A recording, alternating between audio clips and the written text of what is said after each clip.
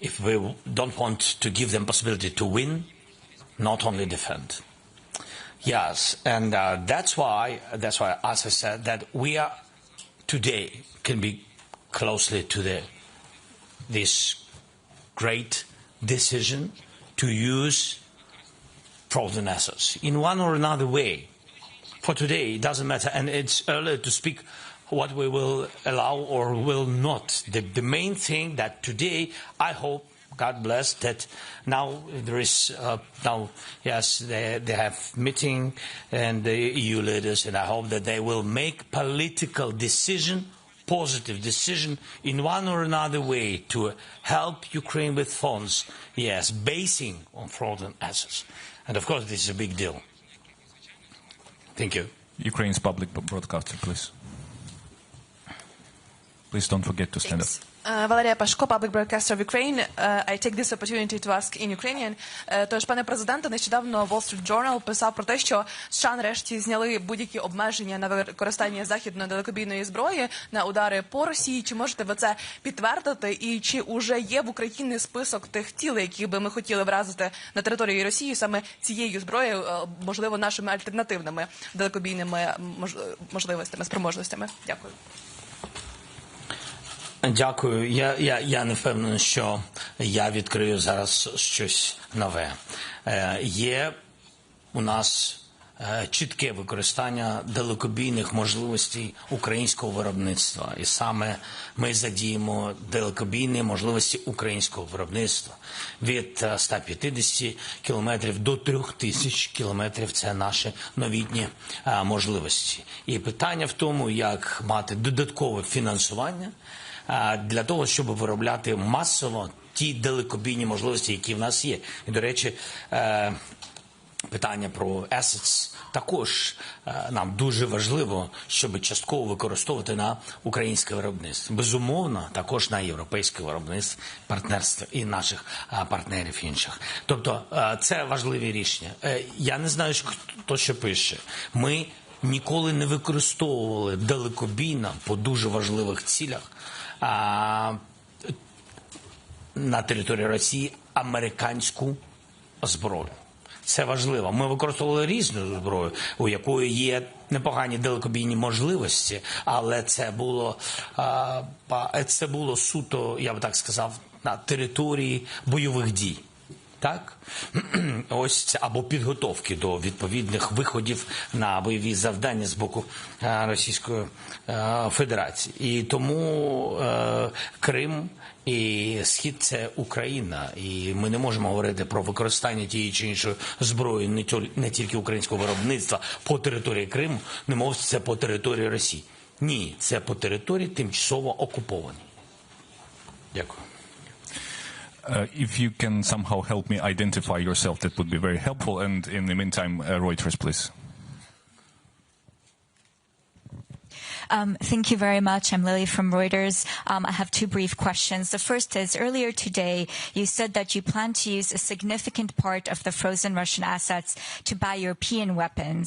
But would you agree to an arrangement where most of the procurement would be restricted to the EU and Ukraine, or would you need more flexibility to also buy from the United States? And the second question is, are you putting forward a peace plan in the coming days together with European partners? And if so, what would be the main points? Thank you so much, Mr. President.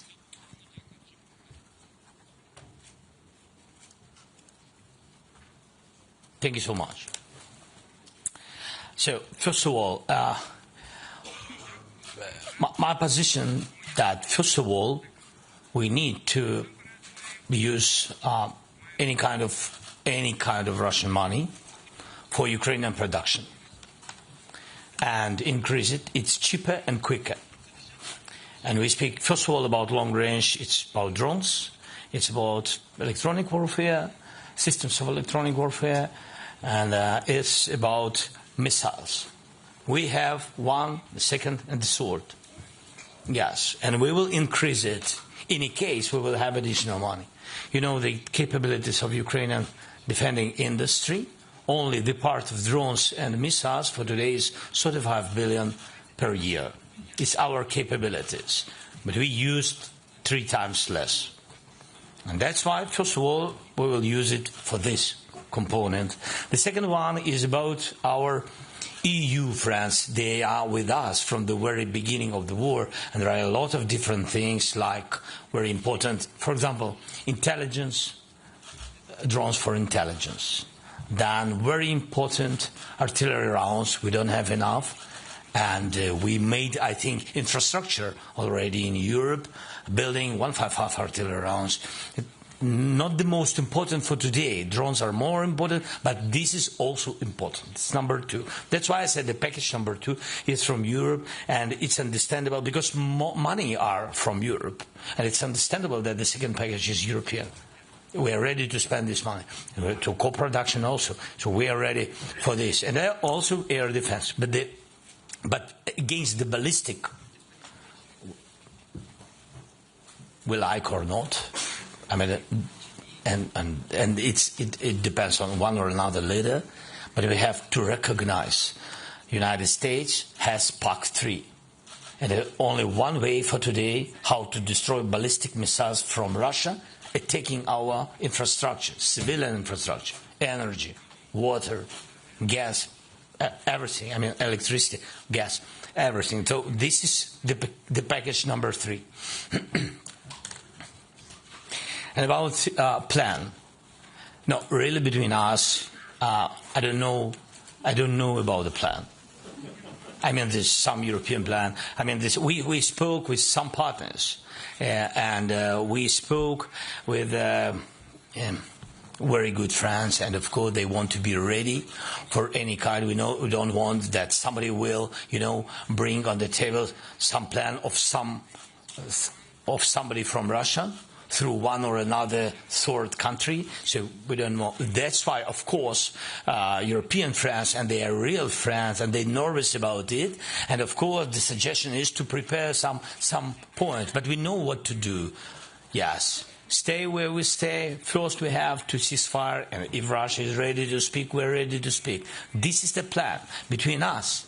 The plan begins from ceasefire. The plan begins even not with ceasefire. The plan begins with will to sit and speak, not to stand and fight using, all the kind of missiles against just civilians. Children, yesterday they attacked kindergarten. The second army, how they said, the second army of the world, yes, fighting against Ukrainian children.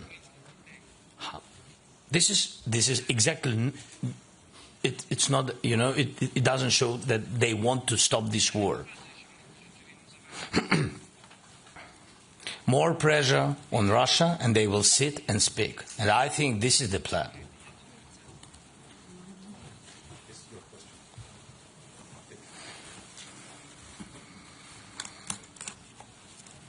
Yes. Hello? Can you hear me? Karen Axelsen from the Danish Daily Politiken. The Danish Prime Minister said this morning that she welcomed and she even found it natural if Norway participated in sharing the risk about these reparation loans, because they have a very big oil fund and it could be done without risking European credibility. You were in Norway yesterday and met with the Norwegian Prime Minister. Did you at all discuss whether Norway could take part in this burden sharing, or in other ways guarantee a financial support for Ukraine more than they do? Thanks. Thank you so much. So first of all, I'm thankful to Nordic partners, even more friends of Ukraine. They helped a lot.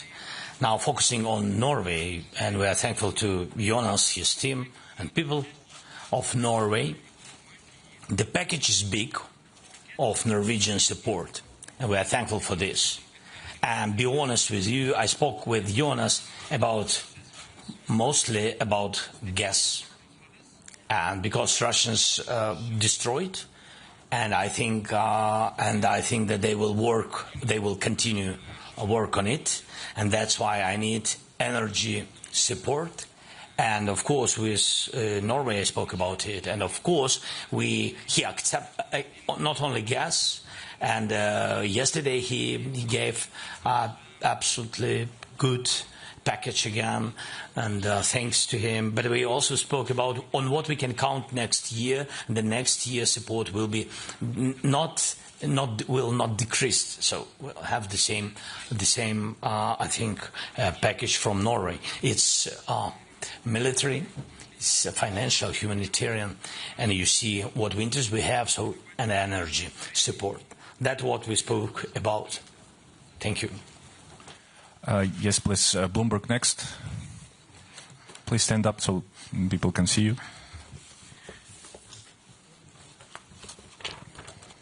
Thank you, Mr. President. Andrea Polishano from Bloomberg. I want to ask again about the frozen assets. It sounds like the conversation today is not as smooth as many hoped, and there may be some more obstacles to overcome, and it may take much longer than expected. Have European partners offered any plan B for financing needs were this deal not to come to pass? Thank you. I think that the dialogue was really, maybe not simple, but it was very good. And really we count on decisions on this topic. It will be very helpful, not only for Ukraine, as I said previously, we are ready to finance or to use a part together with Europeans to strengthen Europe. We have technologies. We are ready to share with the countries who helped us during this war. We have very good technologies. A lot of technologies came from partners, but they recognized already. And today they also recognized again that we have technologies what Europeans don't have because of the war. I mean, that we have practical useless of these technologies, and we will share it, and we will make co-production. And I think that what Europe needs between us, I think, common, big arsenal, and better Russia know about it. And I think this is just very direct, practical way to do. Part of this arsenal will bring Ukraine. Thank you. Yes, Freedom TV channel, please. Here. Thank you, Freedom. Vitaly Sizov, thank you for your words of support for our colleagues and that you mentioned this attack during your speech and communication with leaders. My question is about your meeting with President of the United States. Did you expect that situation will change so dramatically just in 1 week, and how you feel these changes?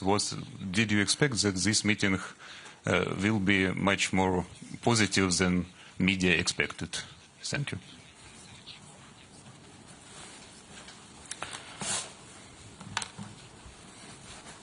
The result of this meeting,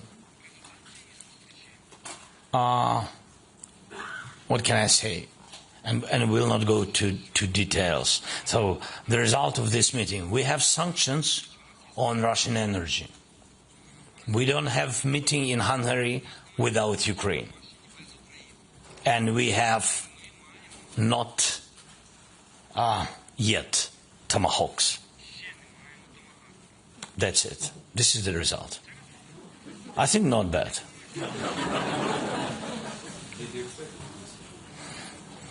We will see. I don't know, really. Each day brings something.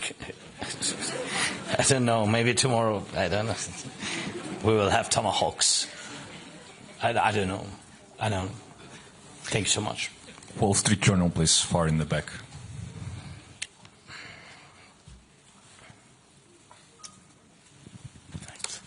Thanks. Lawrence Norman of the Wall Street Journal. President Zelensky, 2 questions.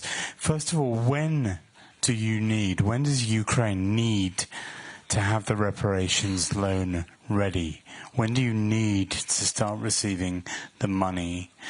And secondly, you commented after the Washington meeting to journalists, you talked about Steve Witkoff and how he was proposing that there could be land swaps and that you may need to give bits of Donbass back. Obviously, President Trump at the end of the meeting said the contact line should be the starting point.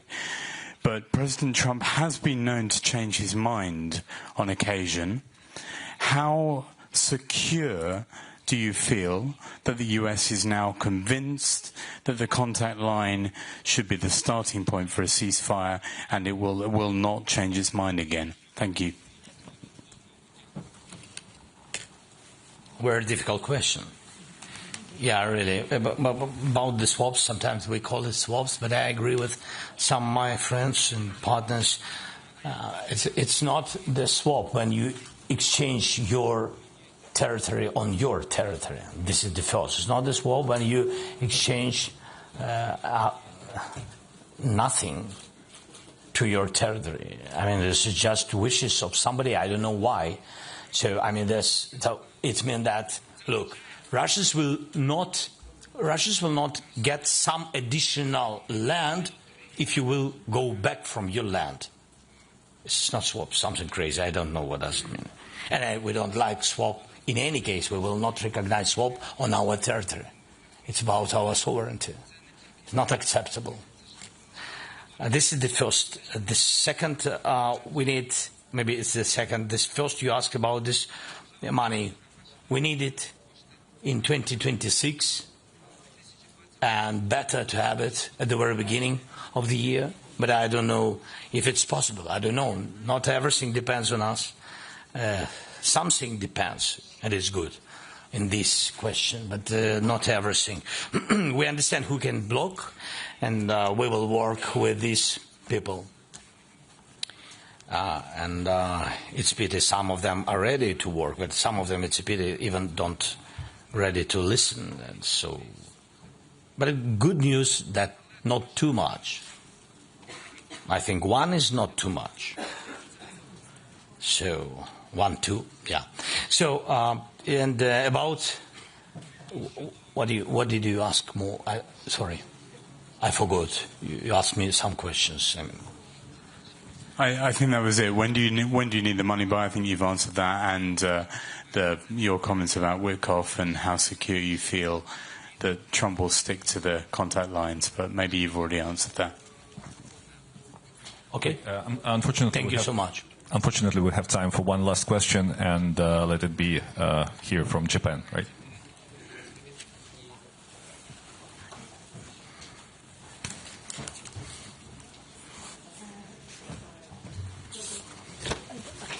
Thank you, Satya from NHK, the Japanese TV station. Thank you very much, Mr. President. My question is about China. There has been reports that China has been providing satellite data to enable missile strikes inside Ukraine. Can you confirm this is still going on? And concerning the continued Chinese support to Russia, do you think the pressure EU has been putting on China is enough? Thank you.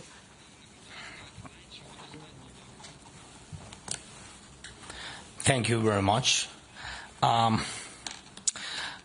is a very difficult question, really complicated. We don't have even permanent dialogue with Xi Jinping, and we had some phone conversations, and he said to me that he will not sell weapons, and I know nothing about really packages of weapons, but I know one thing: China helps Russia, doesn't help Ukraine, and not interested in our victory and in Russia losing, to my mind. And it's not only my mind. I think that's mostly countries who understand what's going on with relations China, United States, and Russia, and Europe. Yes, so understand the same things. I think so. So they are not interested. Yes, Europe has to be strong. They are not interested in unity between USA and Europe, and they are not interested in weak Russia. And that's why I think that they help Russia. Thank you. Thank you, dear colleagues. Unfortunately, we have to go, and so the event is over. Thank you. Work on it. We work on it. Thank you so much. Thank you. All the best.